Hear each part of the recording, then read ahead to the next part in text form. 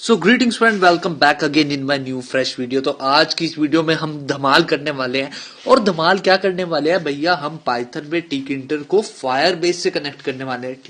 यानी कि जो भी पाइथन में हम टिकिंटर में अब तक एसक्यूएलाइट में डेटा स्टोर करते थे, तो भाई हम करेंगे फायरबेस में स्टोर। और अगर आपने मेरी पाइथन में टिकिंटर की वीडियो नहीं देखी है ना सीरीज, तो इस साइट पर जाइए और अभी के अभी इस सीरीज को शुरू से देख लीजिए अगर आप बिगनर है तो। ठीक है, फायरबेस की वीडियो बाद में देखिएगा। ठीक है, तो अभी मैं सिंपल सा कॉन्सेप्ट बताने के लिए एक छोटा सा मैंने डमी प्रोजेक्ट बनाया है। ठीक है, ऑल्दो हम इसके बाद इसे एक्सपेंड करेंगे, बट अभी के लिए अभी आप ये देख लीजिए कि फायरबेस में अगर हम कुछ वैल्यू एंटर कराते हैं, पाइथन में अगर टिकिंटर में हमने मॉड्यूल बनाया है और उसमें एंटर कराते हैं तो फायरबेस में क्या इंस्टॉल हो रही है। ठीक है, तो यहां पर मैंने देखिए एंटर सिटी करा है और अब मैं करता हूं ये सबमिट बटन पर क्लिक।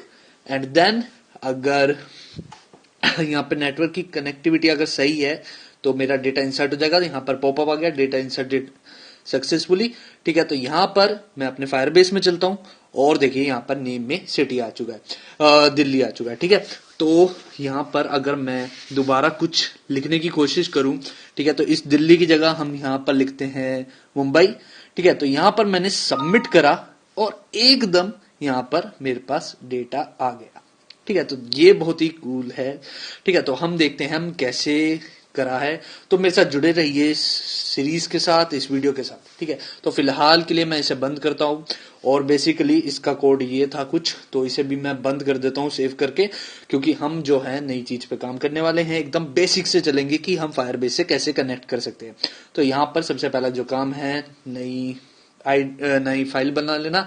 तो यहाँ पर मैं पाइथन खोल लेता हूँ और साथ ही साथ यहाँ पर Ctrl+N दबाऊंगा तो मेरी नई फाइल तैयार हो जाएगी। ठीक है, तो सबसे पहले काम है इस फाइल को सेव कर लेना ताकि कोई दिक्कत ना हो, और इसे मैं डेस्कटॉप पर ही सेव कर लेता हूँ। ठीक है, तो यहाँ पर डेस्कटॉप पर मैं इसे सेव कर देता हूँ। तो यहाँ पर मैं नाम दे देता हूँ न्यू firebase.py। ठीक है, इसे सेव कर दिया। तो सबसे पहले अगर टिकिंटर में काम करना है, basically it's use for GUI application यानी कि ग्राफिकल यूजर एप्लीकेशन। तो यहाँ पर मैं टिकिंटर को इंपोर्ट करूंगा। तो फ्रॉम टिकिंटर इंपोर्ट स्ट्रिंग। ठीक है, यहाँ पर सारी चीजों को हम इंपोर्ट कर लेंगे। ठीक है, साथ ही साथ एक मैसेज बॉक्स पॉपअप हो रहा था तो मुझे उसकी भी जरूरत पड़ेगी। तो यहाँ पर मैं लिखता हूँ फ्रॉम टिकिंटर इंपोर्ट मैसेज बॉक्स। तो यहाँ पर हम लिख देते हैं टिकिंटर इंपोर्ट मैसेज बॉक्स। ठीक है, तो अब तक हम बेसिकली देखते थे या तो हम एंड्रॉयड एप्लीकेशन में फायरबेस को यूज कर रहे हैं या फिर कोई वेब ऐप बना रहे हैं तो उसके लिए यूज कर रहे हैं, बट पहली बार हम GUI एप्लीकेशन में हम यूज करेंगे फायरबेस को। ठीक है, तो यहाँ पर मुझे फायरबेस की भी लाइब्रेरी की जरूरत पड़ेगी। तो यहाँ पर अगर आपने इंस्टॉल नहीं कर रखा है तो आप सिंपल सा कमांड प्रॉम्प्ट खोलिए और उसमें लिख दीजिए पिप इंस्टॉल फायरबेस। ठीक है, ये एक लाइब्रेरी है पाइथन की जो कि हमें फायरबेस के साथ कनेक्टिविटी में इस्तेमाल होगी। तो मेरे सिस्टम में ये पहले से ये इसलिए आ गया है, रिक्वायरमेंट ऑलरेडी सेटिस्फाइड। तो ठीक है, तो यहाँ पर अब हम चलते हैं अपने कोड की तरफ। बेसिकली ये 3 लाइब्रेरी की मुझे जरूरत थी तो मैंने इन्हें इंपोर्ट कर लिया। ठीक है, तो यहाँ पर अगर टिकिंटर में आप शुरू से जुड़े हुए हैं तो हमें पता है एक रूट वेरिएबल बनाना पड़ता है टीके, और साथ ही यहाँ पर हम डिफाइन कर देंगे इसकी ज्योमेट्री को। तो यहाँ पर मैं रूट डॉट ज्योमेट्री में इसकी ज्योमेट्री को डिफाइन कर देता हूं। तो यहां लिख देते हैं हम 480 क्रॉस 240। ठीक है, साथ ही साथ मैं इसको टाइटल भी दे दूंगा। तो यहां पे लिख देता हूं रूट डॉट टाइटल, और यहां पर मैं टाइटल में नाम दे देता हूं इसे फायरबेस ऐप। ठीक है, तो यहां पे फायरबेस ऐप। ठीक, आपको जो टाइटल लगे सही वो लिख सकते हैं। ठीक, और अब हम यहाँ पर देंगे एक ऊपर लेबल। तो यहाँ पर मैं L1 नाम का लेबल बना लेता हूँ और यहाँ पर लेबल देंगे। तो यहाँ पर लेबल की जरूरत होने वाली है, तो L कैपिटल लेबल, और मुझे चाहिए रूट विंडो में, तो यहाँ पर मैं रूट लिख दूंगा। और साथ ही साथ इसमें जो भी मैं टेक्स्ट देना चाह रहा हूँ, टेक्स्ट में मैं यहाँ दे देता हूँ फायरबेस ऐप, एंड देन यहाँ पर मैं इसका फ्रंट साइज दे देता हूँ। तो यहाँ पर फ्रंट में दे देता हूँ इसे टाइम्स में, और 17 साइज दे दूंगा, और मैं चाहूंगा बोल्ड होए। ठीक है। तो बेसिकली ये एक छोटा सा है जिसमें आपको पता लग जाएगा कि हाँ आखिर फायरबेस से काम कैसे कर सकते हैं। इसे एक्सपेंड आप अपने लेवल पर कर सकते हैं, ठीक है। तो यहाँ पर मैं इसे प्लेस भी कर देता हूँ। तो एक्स कोऑर्डिनेट 30 एंड वाई मैं चाहूंगा ये थोड़ा साइड में आए, तो वाई बेसिकली ऊपर से, वाई ऊपर और नीचे कंसिडर होता है, तो यहाँ पर 30 दे दिया, ठीक है। और अगर इतने को ही मैं रन करा के देखूं तो यहाँ पर सबसे पहले मुझे कमांड लिखनी पड़ेगी रूट डॉट मेन लूप। तो यहाँ पर मेरा जो है प्रोग्राम रन हो जाएगा, ठीक है। तो यहाँ पर मैं देख रहा हूँ डबल के लग चुका है, तो एक के को हटाना पड़ेगा। सेव करा के रन करा के देखते हैं। तो अब मैं यहाँ पर मेरा आराम से रन हो चुका है, ठीक है। तो इसे क्लोज करते हैं और अपने प्रोग्राम को कंटिन्यू करते हैं। तो बेसिकली पहले हम स्ट्रक्चर बनाने जा रहे हैं, ठीक है। आखिर GUI एप्लीकेशन है तो बटन वगैरह लेबल वगैरह तो लगेंगे ही लगेंगे। तो इसलिए मैंने एक और लेबल को यहाँ पे अपना काम आसान करने के लिए यहाँ पे कॉपी कर लिया है। और बस मैं यहाँ पर टेक्स्ट चेंज करूंगा और यहाँ लिख दूंगा मैं एंटर सिटी, ठीक है। ये सिटी मैंने वैसे ही ले लिया, ठीक है। आप जो चाहे जो भी आपकी नीड हो से ले सकते हैं, ठीक है।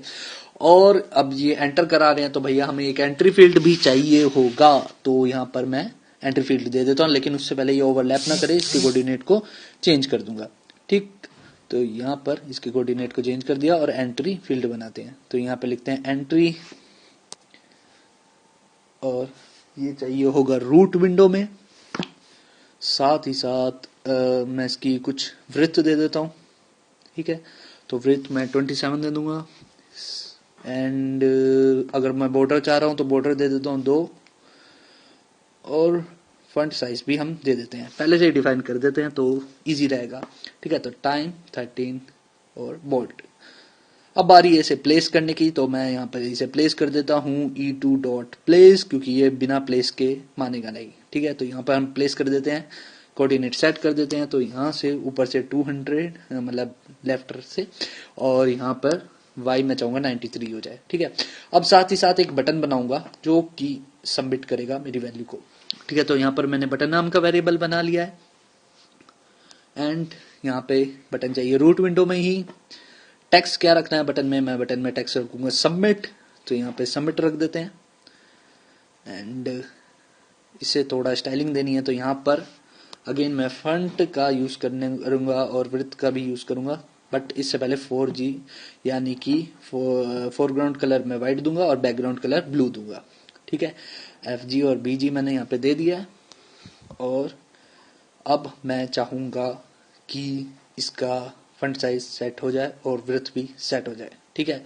और तो यहाँ पर हम चलते हैं फंट की तरफ। पहले यहाँ पे टाइम में देंगे और 15 साइज दे देते हैं, बोल्ट दे देते हैं, साथ ही साथ वृत्त को भी अभी सेट कर देते हैं।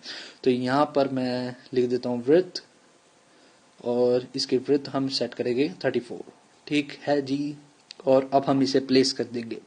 तो यहाँ पर लिखते हैं बटन डॉट प्लेस, इसके कोऑर्डिनेटर को सेट करना है, कोऑर्डिनेट्स को करना है। तो यहाँ पर x की वैल्यू मैं दूंगा 30 एंड y की वैल्यू मैं दूंगा 150, ओके। तो ये मेरा सही हो गया, इसे सेव करते हैं। तो यहाँ पर मेरा स्ट्रक्चर तैयार हो चुका है। अब हम बारी आ गई है फायरबेस के साथ इसे कनेक्ट करने की। तो यहाँ पर सिंपल सा, सबसे पहले मैं चलता हूँ अपने क्रोम में, अपने क्रोम को खोलता हूँ और फायरबेस को सेट करता हूँ। बट इसके लिए मैं चाहूंगा कि जब ये बटन दबे तो कुछ फंक्शन परफॉर्म हो। तो लेकिन इसके लिए मैंने यहाँ पे डेटा नाम का फंक्शन मुझे बनाना पड़ेगा, क्योंकि यहाँ पर लिख दिया मैंने command is equal to data, और ऊपर मैं फंक्शन बनाऊंगा, ठीक है। ओके, तो ये पाइथन में कर्ली ब्रेसेस नहीं लगते, मुझे एकदम जावा की याद आ गई। तो यहाँ पर मुझे इस कर्ली ब्रेसेस को हटाना पड़ेगा और पाइथन की तरह इसे फंक्शन को डिफाइन करना पड़ेगा, ठीक है। तो यहाँ पर हम लिखते हैं सिटी इज इक्वल टू, मुझे सिटी की वैल्यू चाहिए तो E2 में है एंट्री फील्ड में, तो E2 डॉट गेट। तो यहाँ पे गेट हो गया। साथ ही साथ मैं यहाँ पर मैसेज बॉक्स को भी अभी यूज कर लेता हूँ, इसके बीच का कोड मैं बाद में लिख लूंगा। तो यहाँ पे लिख देता हूँ मैसेज डॉट शो इन्फो, और यहाँ पर टाइटल दे दूंगा मैं इंफॉर्मेशन के नाम से, और इंफॉर्मेशन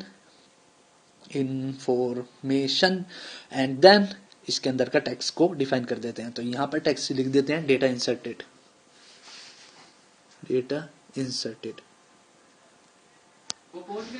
तो हम चलते हैं अपने अगले काम की तरफ। तो यहाँ पर हमने लिख दिया डेटा इंसर्टेड सक्सेसफुली। अब बारी है हमारी फायरबेस की। तो यहाँ पर मैं अपने क्रोम में जाऊंगा और फायरबेस पे आप जैसे ही आप गूगल पे फायरबेस लिखेंगे तो आराम से आ जाएगा। यहाँ पर प्रोजेक्ट ओवरव्यू आ रहा है। आपको जिस भी चीज में काम करना है, स्टोरेज में करना है, रियल टाइम डेटाबेस में करना है, तो आप जो भी चाहे वो सेलेक्ट कर सकते हैं। मैं यहाँ से रियल टाइम डेटाबेस को सिलेक्ट करने वाला हूँ। और बेसिकली इससे पहले शुरू करने से पहले हमें प्रोजेक्ट सेटिंग में जाना होगा और प्रोजेक्ट सेटिंग में हमें इसकी एपीआई डोमेन डेटा यूआरएल को सिलेक्ट करना पड़ेगा। ठीक है, तो इस वैल्यू को मैं कॉपी कर लेता हूँ क्योंकि बिना इसके काम नहीं होने का। ठीक है, तो यहां पर मैंने इसे कॉपी कर लिया और मैं इसका नाम अलग रख देता हूं। इसका नाम रख देंगे खाली कॉन्फिग के नाम से। ठीक है, यहां पर मैं पाइथन यूज कर रहा हूं तो एज अ डिक्शनरी में मुझे इसे इन्वर्टेड कोमास में बंद करना जरूरी है। ठीक है, तो यहां पर मैं इसे फटाफट इन्वर्टेड कोमास में बंद कर लेता हूं। ये कोड आपको पहले से ही लिखा लिखा मिलेगा। सिंपल सा ये हमारा एक तरह से टोकन मान लो या फिर ये पुट करना जरूरी है जिसके अंदर सारी इंफॉर्मेशन हमारी रहेगी। जैसे आप फायरबेस को अपने से कनेक्ट करना चाह रहे हैं अपनी एप्लीकेशन से, तो आपको ये चीज पेस्ट करनी पड़ेगी। ठीक है, तो हम चलते हैं अगले इसे कनेक्ट करते हैं। ठीक है, कॉन्फ़िग हमने यहाँ पे कर दिया। तो यहाँ पर मैं एक वेरिएबल बनाने जा रहा हूँ फायरबेस के नाम से और यहाँ पर हम लिख देंगे Firebase dot initialized and then initialize app। यहाँ पर initialize की स्पेलिंग थोड़ी मिस्टेक होगी तो ए मैं यहाँ लगा देता हूँ और यहाँ हम चलते हैं app एंड देन यहाँ पर इस कॉन्फ़िग को, किस ऐप को कॉन्फ़िग करना है, इस वाली वैल्यू को। ठीक है, तो यहाँ पर कॉन्फ़िग कर देंगे। साथ ही साथ मैं यहाँ पर डेटाबेस के साथ काम करना चाह रहा हूँ तो यहाँ पर मैं डीबी नाम का एक वेरिएबल बना लिया है जिसमें मैं लिखूंगा Firebase dot dB, Firebase dot data base. Okay, तो यहाँ पर मैं यानी कि डेटाबेस से काम करूंगा। तो डेटाबेस हमारा कहाँ से आएगा, इस सिटी वेरिएबल से आएगा। ठीक है, इस सिटी में क्या है, हमारी एंट्री फील्ड आ रही है। तो यहाँ पर मैं एक डेटा नाम का वेरिएबल बना लूंगा और इस डेटा नाम की सॉरी डिक्शनरी बनाऊंगा यहाँ पर। और यहाँ पर मुझे क्या चाहिए होगी, सिटी है ना, और ये सिटी की वैल्यू मैं कहाँ से लूंगा, इस एंट्री फील्ड से। ठीक है, इस एंट्री फील्ड से। तो यहाँ पर वेरिएबल सिटी नाम से है तो इसे मैं यहाँ रख दूंगा। अब बेसिकली क्या करने वाला हूँ, बस इस डेटा को मैं फायरबेस में पुट करने वाला हूँ। तो यहाँ पर मैं लिखता हूँ डीबी जो कि ऊपर वाला वेरिएबल है हमारा जिसके अंदर फायरबेस का असली डेटा है। ठीक है, तो डीबी डॉट चाइल्ड, यहाँ पर चाइल्ड बनाऊंगा कि किस टेबल, यानी कि एक तरह से आप इसे टेबल का नाम कह सकते हैं। तो यहाँ पर यूजर नाम की टेबल बना ली है। डॉट पुश, इसमें इस टेबल में यानी कि पुश कर दो, क्या पुश कर दो, ये वाला डेटा। ठीक है, जो सिटी है जो ऊपर मैंने ये डिफाइन करा है इसी फंक्शन में। ठीक है, तो ये हमने कर दिया। तो इसे मैं सेव करता हूं और अब हम इसे रन करके देखेंगे। बस इतना सा ही था ये फायरबेस का। ठीक है, तो यहाँ पर मेरी ये फाइल है।